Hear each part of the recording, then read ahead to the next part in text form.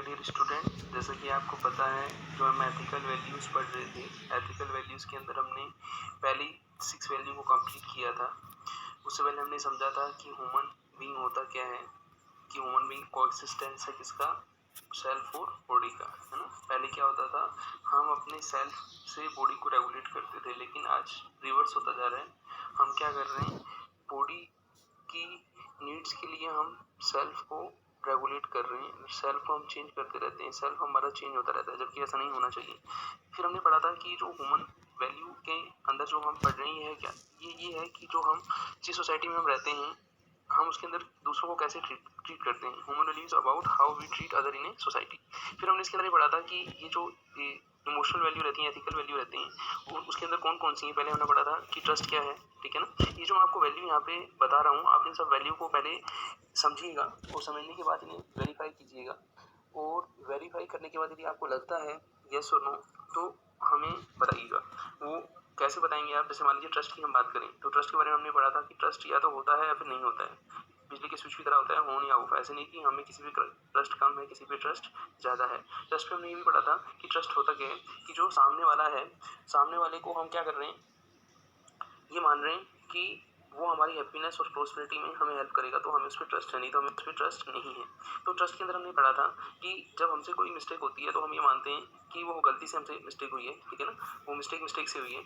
और जैसे हमने एग्जांपल भी लिया था कि स्वयं के संदर्भ में मुझसे ग्लास टूट गया, तो मैंने बोला मुझे अनजाने में गलती हो गई, मुझसे हमेशा अनजाने में गलती होती है, मेरा इरादा ऐसा नहीं था, मैं अच्छा आदमी हूँ। तो हमने पढ़ा था कि जो ट्रस्ट है उसके अंदर हम खुद को तो क्या कर रहे हैं कि खुद को जो हमसे मिस्टेक हुई है उसको तो हम ये मान रहे हैं कि मेरा जानबूझकर मैंने ये मिस्टेक नहीं की है। जबकि दूसरे के बारे में यदि वही गिलास दूसरे से टूटता है, दूसरे ने गिलास तोड़ दिया, तो हम बोलते थे कि दूसरे ने जानबूझकर गलती की है, ठीक है ना, वो हमेशा जानबूझकर गलती करता है, दूसरा गलत है।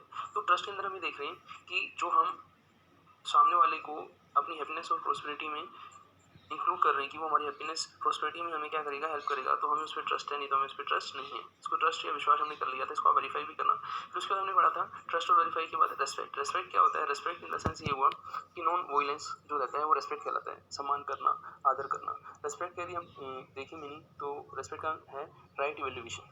राइट वैल्यूएशन का मतलब ये है कि आप किसी का ओवर वैल्यूएशन नहीं कर रहे, जो एक्चुअल वो है उससे ज़्यादा वैल्यूएट नहीं कर रहे, अंडर वैल्यूएशन नहीं कर रहे, जो एक्चुअल है उससे कम वैल्यूएट नहीं कर रहे, अदरवाइज वैल्यूएशन नहीं कर रहे, जो है उसके अलावा जो उसका वैल्यूएशन कहलाता है अदर वैल्यूएशन कहलाता है। ये सब डिसरेस्पेक्ट माने जाते हैं।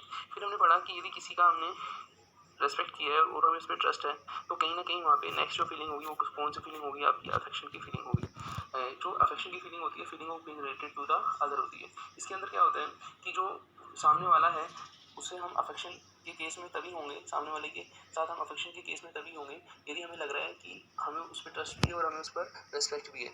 यदि हमें उस पर ट्रस्ट है, रेस्पेक्ट है, तो हम कहीं ना कहीं उसको अपने रिलेटिव के रूप में एक्सेप्ट करेंगे, ठीक है ना। और हमें जब उसके अंदर ये फीलिंग आ जाएगी कि वो एज ए हम रिलेटिव को एक्सेप्ट कर रहे हैं, तो हमारा उसके साथ अफेक्शन हो जाएगा। तो अफेक्शंस को हमने पढ़ा कि अफेक्शन जो होता है वो तब माना जाता है जब हम ज्वेलिस के जो फीलिंग है उससे हम बाहर आ जाते हैं, ठीक है ना, अपोजिशन से हम बाहर आ जाते हैं, हम सामने वाले को अपने जैसा ही मानते हैं, तो वो क्या कहलाता है, आपका अफेक्शन कहलाता है। फिर अफेक्शन के बाद हमने जो सेकंड पार्ट पढ़ा था वो ये पढ़ा था कि जो केयर और आपका गाइडेंस रहता है, केयर और गाइडेंस इन द सेंस हम क्यों बात करें कि केयर हमने देखा कि जब हम छोटे थे तो हमारी माता हमारी केयर करती थी, कहीं ना कहीं माता जो थी, हमारी माँ जो थी, वो हमें ममता या वात्सल्य देती थी। तो वो जो केयर की फीलिंग है वो धीरे धीरे हमारी माँ जैसे जैसे बड़ी होती गई और हम भी बड़े हुए, तो कहीं ना कहीं वो चीज़ें हमें अपनी माता से हमें सीखने के लिए मिली और वो चीज़ें हमारे पास ट्रांसफ़र होके आ गई। ये चीज़ें जो हैं फिर आगे हमने देखा कि जैसे हम आगे वर्क प्लेस की तरफ बढ़े, आगे हम स्कूल कॉलेज से वर्क प्लेस की तरफ बढ़े, तो कहीं ना कहीं वो केयर की फीलिंग हमारे साथ जुड़ गई। और जब हम हमारे माता पिता जब बुजुर्ग होंगे, तो कहीं ना कहीं वही केयर हम अपने बच्चों के साथ भी करेंगे। तो फिर हमने केयर के अंदर पढ़ा था। फिर हमने पढ़ा था गाइडेंस। गाइडेंस क्या था, गाइडेंस ये था कि जैसे गाइडेंस के रूप में हमने अपने फादर को समझा कि जो हमारे फादर हैं वो हमें बचपन से ही गाइड करते हैं। वो हमें गाइड कैसे करते हैं, वो हमारे अंदर राइट अंडरस्टैंडिंग देते हैं, राइट फीलिंग देते हैं, तो वो एज ए गाइडेंस माना। तो जो चीज़ें हमने as a care, as a guidance, as a care हमने अपनी मदर से सीखी, एज ए गाइडेंस हमने अपने फादर से जो चीज़ें सीखी, तो वो चीज़ें कहीं ना कहीं हमने अपने बिहेव के अंदर लाए हैं और वो हम आगे उनको वापस रिटर्न भी करेंगे, जो अपनी आने वाली वीडियोस में हम रिटर्न भी करेंगे।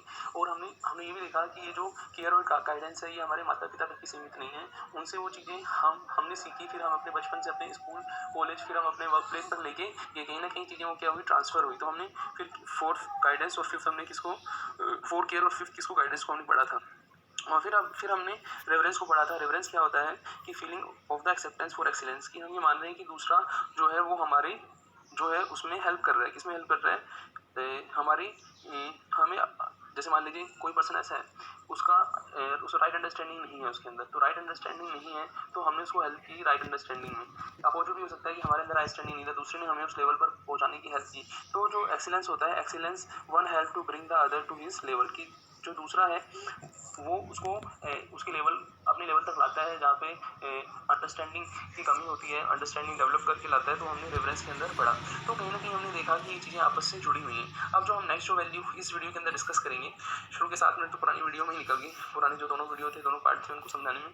अब हम यहाँ पे जो पढ़ेंगे वो पढ़ेंगे आपका ग्लोरी, इसको गौरव बोलते हैं, गर्व बोलते हैं, और दूसरा हो गया ग्रेटिट्यूड। जो ग्लोरी है क्या?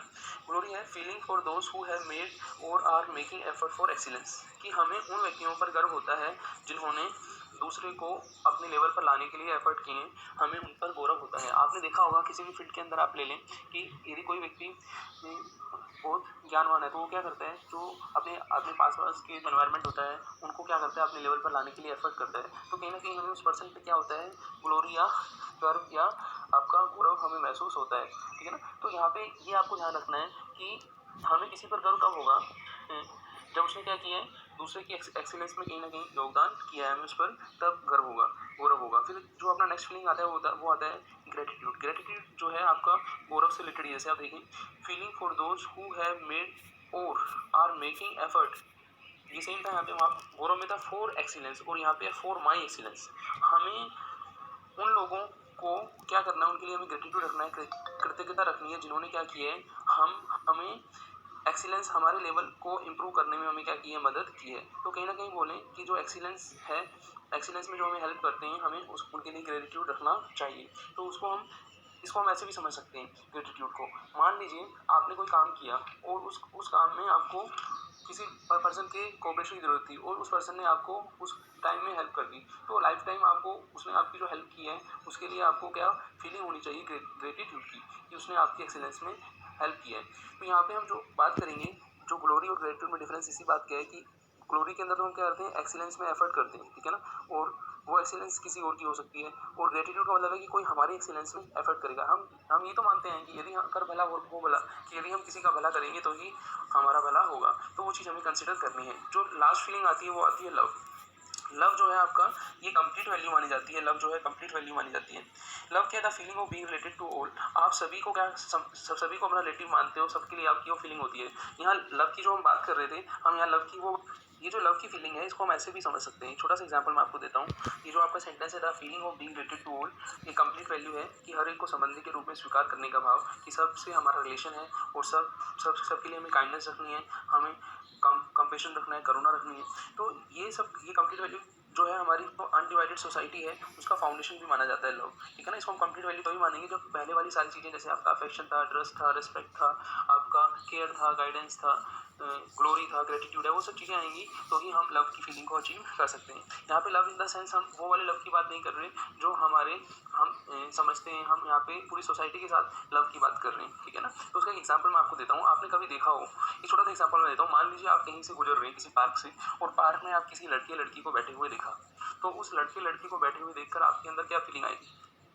आपके अंदर ये फीलिंग आएगी कि इन्होंने जो समाज का एनवायरनमेंट है उसको खराब कर रखा है, दोनों यहाँ पे बैठे हैं, आते जाते लोग इनको देख रहे हैं, नई जनरेशन जो है वो खराब है, बच्चों पर इफेक्ट होता है, ये गलत है, ठीक है ना। अब पहला केस था कि आप उन लड़की को देखा, और पहला केस ये मानिए कि आप उन दोनों में से किसी को भी नहीं जानते।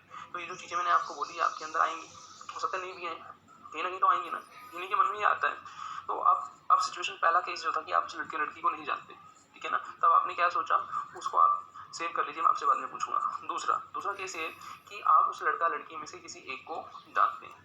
तो अब आप किसी एक को जानते हैं और उनके रिगार्डिंग जो पहले वाली आपने फीलिंग पढ़ी है यहाँ पे सारी, वो चीज़ें जैसे आपका ट्रस्ट था, रिस्पेक्ट था, अफेक्शंस था, ठीक है ना, वो सब चीज़ें, केयर था, है ना, गाइडेंस था, ग्लोरी था, ग्रेटिट्यूड था, वो सब चीज़ें आप उस पर मेजर करेंगे, कहीं ना कहीं आप उनको देखेंगे, ठीक है ना। आप उनको जानते हो, आप उन दोनों में से किसी को जानते हो, तो आपकी जो पहले आपने सोच के सेव किया था, अब आप जो सोचेंगे सेव करेंगे उसमें कुछ चेंज आएगा, ठीक है ना।